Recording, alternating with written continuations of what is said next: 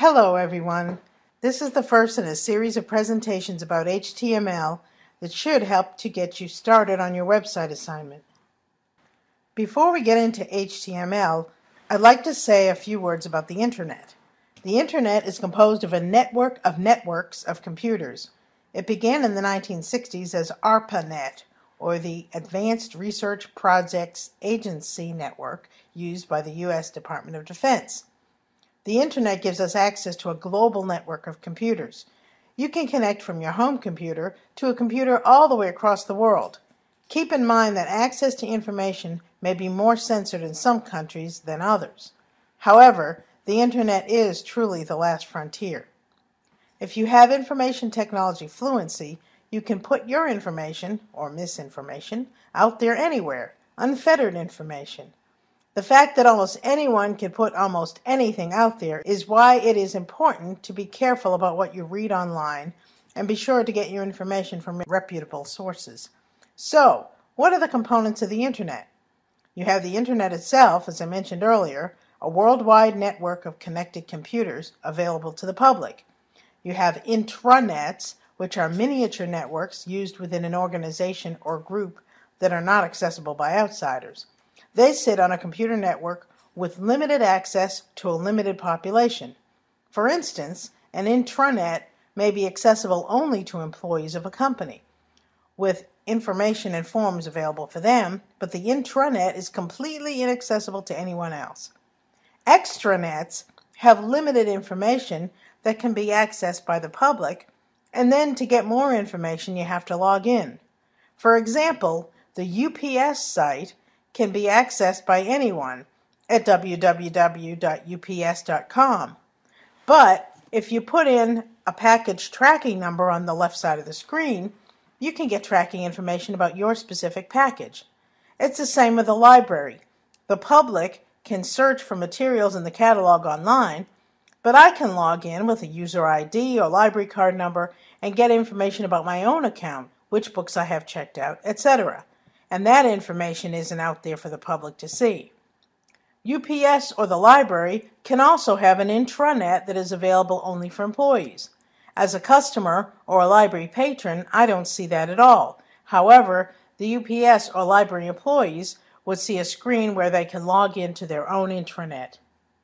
So, the Internet is a lot of things, not just the World Wide Web itself.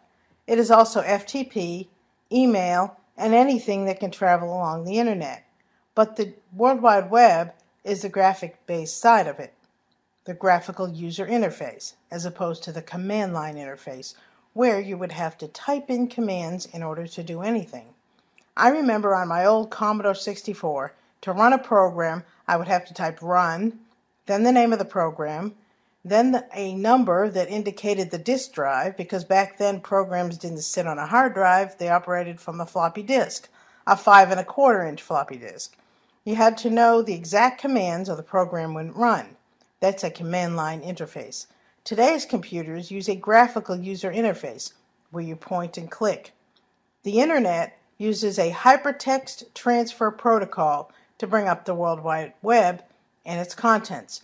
We use HTML to build websites, which are made up of related documents called web pages. The entry site, or usually the first page you see on a website, is called a home page. The default name for the website is usually index.html or index.htm, and most of the time you don't have to type that in to get to the home page. For example, to get to CNN's home page, I could type in www.cnn.com/index.html, or I could just type in www.cnn.com and still get to the home page.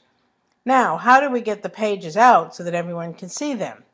I'll be talking more about that in the FTP lecture, but in brief, the website must be hosted on a computer known as a server. By hosting it on the server, we publish the website so that people on other computers using web browsers can find our site. They will find the website using the URL or Uniform Resource Locator, and through the Hypertext Transfer Protocol, they will retrieve the document and see it on their computers. Okay, so how do we view these HTML documents? How do we see them? Using a browser. Internet Explorer, Mozilla Firefox are some of the most common. Some use Safari or Chrome or others. The browser acts as an interpreter between the person viewing the browser and the HTML that is behind there.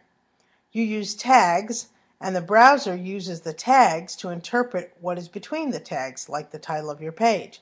It doesn't show what's inside the actual tags themselves. And to get from page to page, it will show hyperlinks. Many times those show up as royal blue and underlined, but they can show up differently depending on how the website author designs them. You click on a hyperlink, and it will take you to another page, either one that is within that website or one that goes to another website or an external link. We use HTML or hypertext markup language that is made up of tags.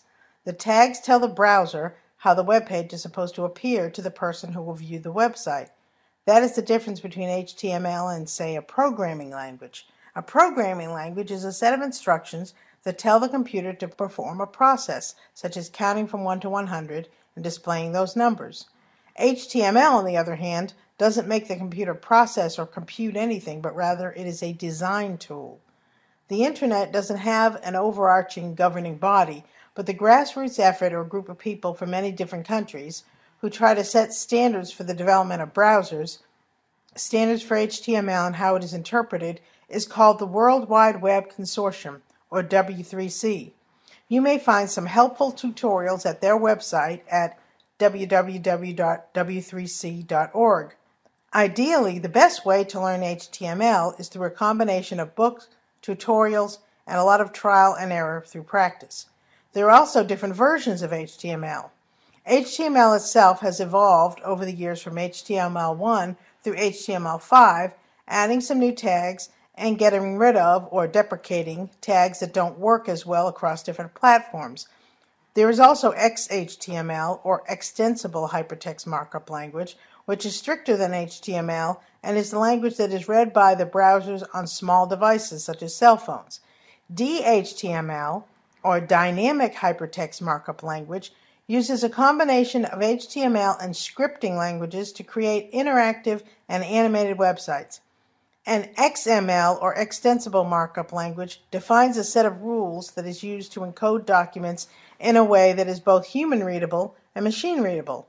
For example, when I used to do medical transcription, we used certain XML tags in our documents that were defined by programmers at the company that turned certain text into lists, like medication lists.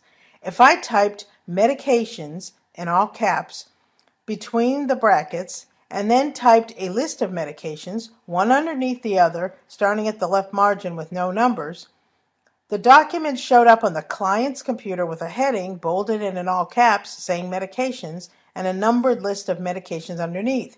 So markup languages have evolved over the years to serve many purposes.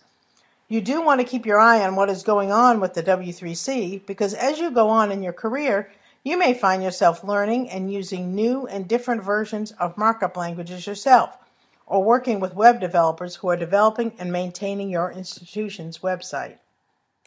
There are 3 parts to HTML to be concerned about.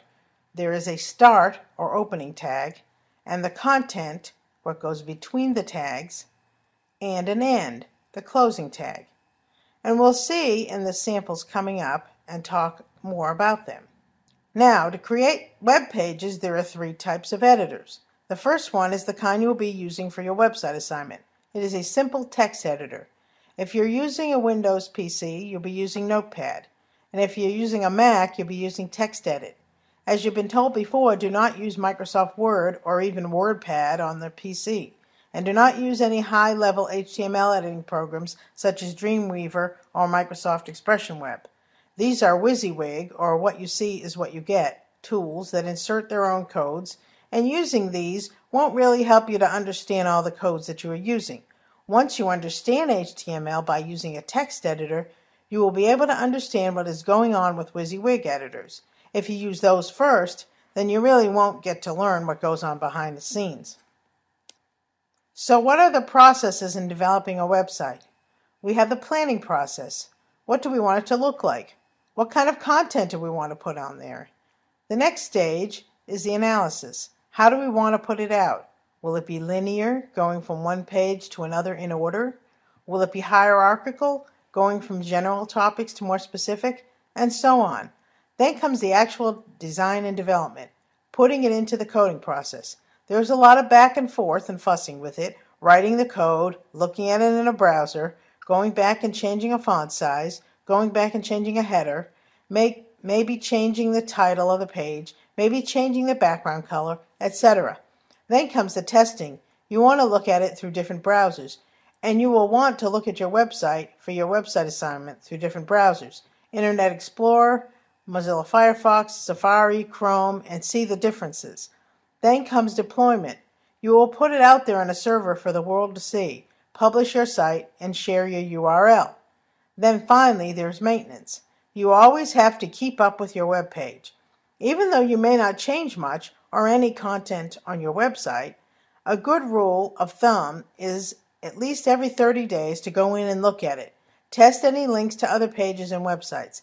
Even if you don't change anything on the site, you want to go to the bottom of your site and change the last updated date to the last date you looked at and checked your page. That way people know that your website is current. If you go to a website and at the bottom of the page it says last updated January 28, 2003, you'll get the impression that the owner of that website may not have looked at it in many years, and that could give you doubts about the relevancy of the content. Websites can be set up with very different types of design layouts. There is linear. We can step through linearly like a book, going from one page to the next and then to the next in a certain order. If we step out of sequence, it wouldn't make any sense.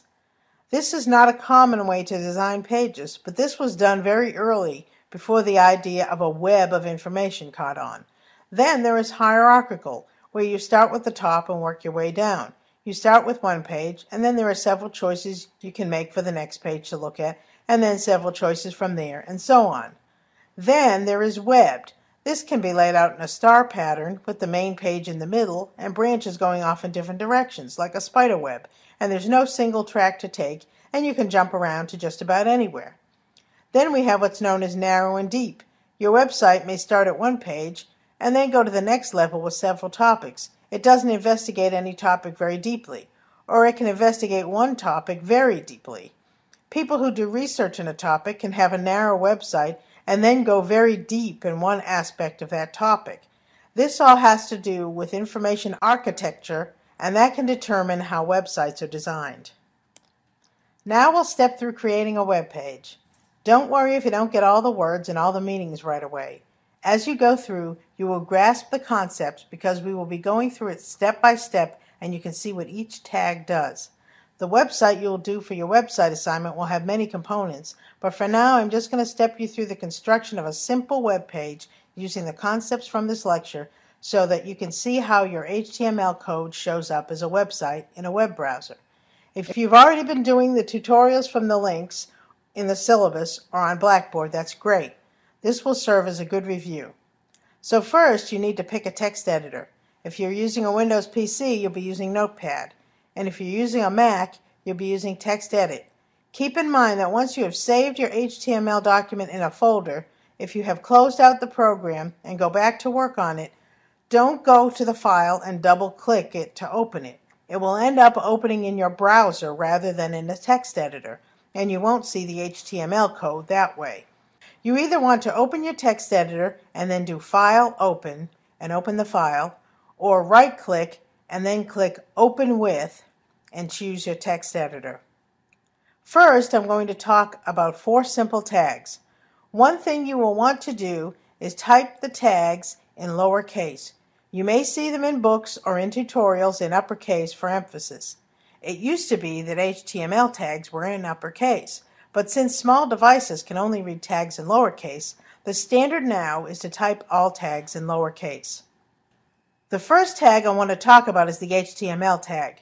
The opening tag goes at the top of your page, and the closing tag, the one with the slash at the beginning, goes at the very bottom of your page. Everything else on the page is going to nest or go between those two tags. Next is the page header tag called head. This is different from a heading tag that we'll talk about later. The header tag has information that is to go before any content that ever shows up in your page. This includes the title and any meta tags and maybe some style tags that pertain to that page. Next is the title. The title tag nests between the opening and closing head tags. The title is what is going to show up on the title bar of your browser. After the closing head tag, you then have the opening body tag. Everything that shows up on the page will be between the opening and closing body tags. And the closing body tag will go before the closing HTML tag. So, 4 simple tags to get you started on your web page: HTML, head, title, and body. Feel free as you go through this lecture to pause the lecture and start it up again as we go along. So open your text editor and type what I have in here. You can use my name or change it to yours or whatever you like. We're not looking for any award-winning stuff here, just some content in order to get you practice using HTML. Also notice the way that I've typed the tags on the page. Because they nest within one another, I've indented the head and the title tags. When you're editing a web page, it's a lot easier to find the opening and closing tags. When you go to save your file for the first time on a PC, go to File, Save As, and type in the file name, making sure there are no spaces, and then you have to type in the file extension, or .html or .htm at the end. Then where it says Save As Type, choose All Files. Otherwise, it will save as a text file and not as an HTML file. Then click Save. On a Mac, you have to change some of the preferences. For future reference, I have posted instructions and a link to a demonstration video in the Mac discussion forum, but I will repeat it here for this exercise. You only have to do this the first time you save your HTML file.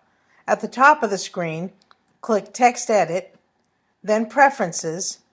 Then on the tab that says New Document, under Format, make sure Plain Text is checked. Then click on the Open and Save tab and make sure that Ignore Rich Text Commands in HTML Files is checked. Before you save, make sure you are still in plain text, which does not have the style bars and ruler at the top of the page. If you see the style bars and ruler on the menu bar at the top of the screen, click Format, then Make Plain Text, or use the keyboard shortcut Shift and Command and T. Once in plain text, you can save the file properly. Go to File, Save As, give it a title, and make sure you add the .html or .htm at the end. When you save, a dialog box will pop up asking whether you want to save as a TXT or HTML, and click on HTML.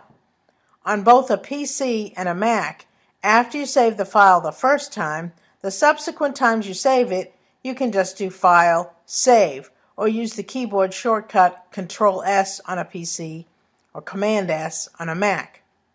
Once you have saved the file, open your browser, then do File, Open File, find your file on your computer, and view the file.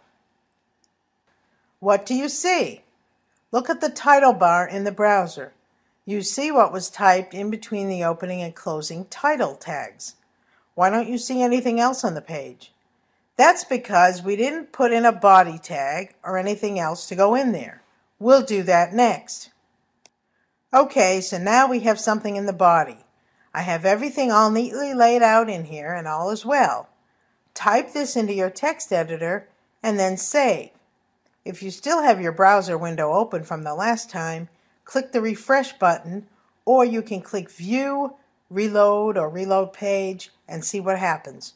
Remember after each change you make to save your file and refresh the browser. Oh no! What did we do wrong? Why is it all squished together like that? Well, we didn't do anything wrong.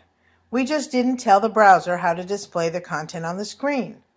Except for spaces between words, browsers don't understand spacing, line breaks, and all that stuff that makes a printed page look readable, unless we specifically tell it what to do.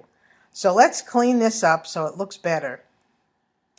First, let's add a heading tag so that the experience looks like a heading. This is different from the head tag that corresponds with the page header that contains things that are not seen on the page. A heading tag turns text into a heading. It makes it bold and then puts an extra space above and below it. H1 makes the biggest heading and H6 makes the smallest heading. We'll put an H1 in here to make a big heading. So put experience in between the heading tags. Now, because the two schools where I have worked will describe two different things, I want them to be on two separate lines, like two separate paragraphs. So I will put paragraph tags around them. Now save your file and see how that looks. Here you see the experience is large and in bold, and each school is set apart from each other on a different line. If you go back and change H1 to H2 or H3 and so forth, you will see how the size changes in the heading. Remember to change both the opening tag and the closing tag. If the opening tag says H1, the closing tag must also say H1. Now, let me show you a few more things you'll want to use on your web page. Now I want to add a little more information. I have added one job under Wayne State, and for the sake of space on the slide, I've added 2 jobs under the University of Alabama, even though I've had more. I would like the one job under Wayne State to be bullet pointed, and for the sake of this exercise, the 2 jobs under Alabama can be numbered. A bullet-pointed list, no matter how many bullet points you have, is an unordered list. There is no order to an unordered list. Everything has a bullet in front of it. You can change what the bullet looks like, but the default that we will work with here is a black circle. The tag for an unordered list is UL. So you put the entire list between the UL tags. Then you put each item between LI tags. For the list under Alabama, I would like them to be numbered, so I am creating an ordered list. It is ordered because the first item will have a 1 in front of it, the second a 2, and so forth. Again, you can change those to letters, Roman numerals, or something else, but the default will be numbers. So put the entire list between the OL tags, and then each item between LI tags. Now open this in your browser and see what you see. So now you see the results of the changes. In the next few slides, I'm going to introduce you to some more tags that you will need to know, and you can place them into your web page you have created for this exercise, and then open the file in your browser to see your changes. First, you will need to know about self-closing tags. The tags I showed you in the previous slides had opening and closing tags, and content, such as the word experience, went between them. Self-closing tags don't have content going between an opening and closing tag, but they still need to close. So, like the line break and horizontal rule tags on this slide, they are constructed by putting the name of the tag, such as BR for line break, and then a space, and then the slash inside the brackets. So for the line break, let's say I want to put more space in between the 2 places I have worked. After the closing unordered list tag for the Wayne State job, I can put the line break tag. That should create more space in between the lists for the 2 universities. Pause the lecture, try this, and see what happens. Now let's try a horizontal rule. You will find this on many web pages to separate sections of the page, or most often at the bottom of the page to separate the regular page content from the site maintenance information. That includes copyright information and the date of the last update of the site. A horizontal rule tag includes HR, a space, and a slash. That tells the browser to draw a line across the page. Pause the lecture, try that, and see what it looks like. Now put some content underneath the line, like what I have typed onto this slide. Since this particular information should be at the bottom of the page, make sure that your horizontal rule tag and the information that you put under the horizontal rule are at the very bottom of the page, before the closing body tag. Lastly, on this slide, I'm going to talk about background color. Although black letters on a white background are very readable, you may want to add some personality to your page, and you can do that with background color. Be sure, though, to make enough contrast between the font or lettering on your page and the background color that it is easy to read, or people won't stay on your page long enough to read anything. To add a background color, go to the opening body tag. Right after the word body, add a space and the BG color equals, and then the code of the color you want. Go to the page I have mentioned here, html-color-codes.info/ and then click on a color on that graphic. The code will show up underneath. It begins with a £sign and has 6 figures.